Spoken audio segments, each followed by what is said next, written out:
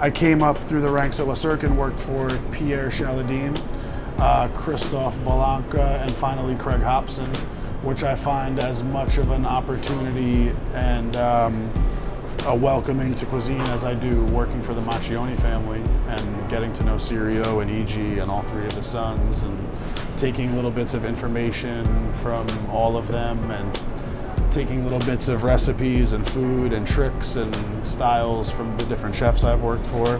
You know, it's rare to be in one house for so long, so to speak, or under one restaurant group, and to have such a different background and flair of 3 executive different chefs and 2 different restaurants, and then finally now here at Circo in such a great location and more of a Italian home cooking, less of a fine dining atmosphere. You know, it's really refreshing, and it's been like a freshly paved road all the time, even and ended up doing the same job. The true essence of the restaurant is to be for the family. You know, on Sunday when Le Cirque is closed, the family's here.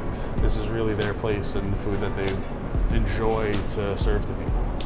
So I'm, of course, honored to get the platform to be here, to be the chef, to help convey that message to their diners of what they want to do. You know, I'm lucky. Hi, welcome to EatItalian.com. I'm Michael Galata. We're here in my kitchen at Osteria del Circo, and today we're going to be making grilled octopus with watermelon panzanella. So we have defrosted 1-pound octopus. One thing you want to look for when you're getting your octopus is that it's completely frozen, and when you thought it shouldn't be slimy or leaching any water, it should be a nice dry product like this. Now these are going to go right into the pot. Any which way is fine. For some flavor, I have some sage, garlic, carrots, onion, and celery. That's all just been chunked. Then we're going to completely submerge this in half wine, half white wine. I like to use a dry cooking wine, like a Chardonnay is fine. So we're half wine, and then again about half water, just to completely submerge everything. The octopus is really going to want to start floating when it's cooking. So now when we get this on the stove, we're gonna put it on full blast and bring it to a boil.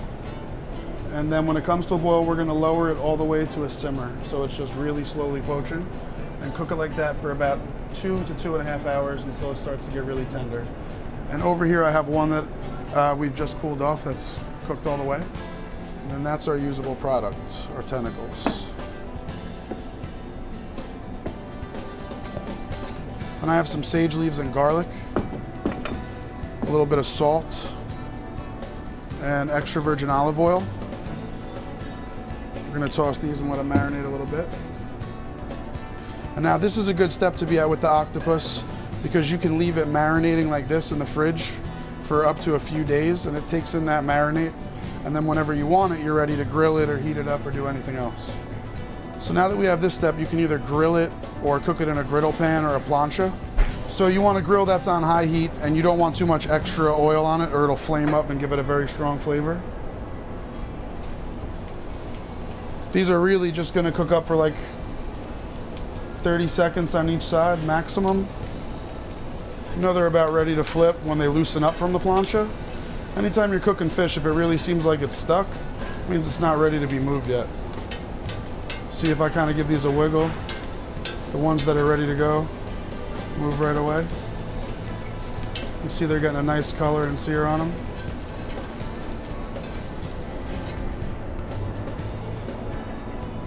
This I'm going to season again, a little bit more salt and pepper when it comes off the grill. And then I have here a little bit of extra virgin olive oil with dried oregano inside of it. And this goes really well with it. So we'll toss it in that. Now we're going to reserve this octopus on the side while we assemble our watermelon panzanella. Now, this is the fun part for our watermelon panzanella. This is one of my favorite spring and summer salads. We have cubed seedless watermelon. This is the rind from the watermelon that's pickled. It's actually one of my favorite ingredients of all time. We have pickled red onions. Those are done with red wine vinegar. We have some fresh fava beans. We have 1 teaspoon of bread croutons, 1 teaspoon of toasted pinoles, pine nuts, a half of teaspoon of sliced mint, fresh, and a little bit of lemon vinaigrette and olive oil. This all just gets lightly tossed. The only ingredient that's in the salad that I'm not tossing in with it is our feta cheese, because it starts to really mix and give like a whitish tone to it. It doesn't look as nice. So to plate this, it's real easy too. You just a few pieces of watermelon down here and there, nice and airy. And then everything else in spoonfuls kind of in between and around. And now we'll finish with our feta. Just put a couple pieces here and there so it doesn't turn all our red watermelon bright pink. This also goes great by itself, but with the octopus, it's really a great combination.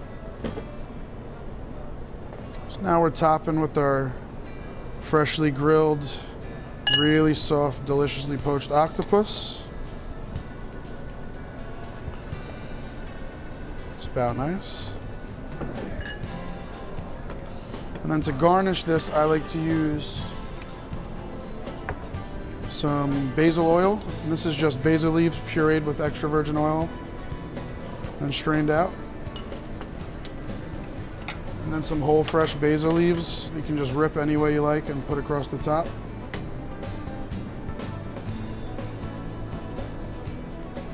This is our grilled octopus with watermelon panzanella.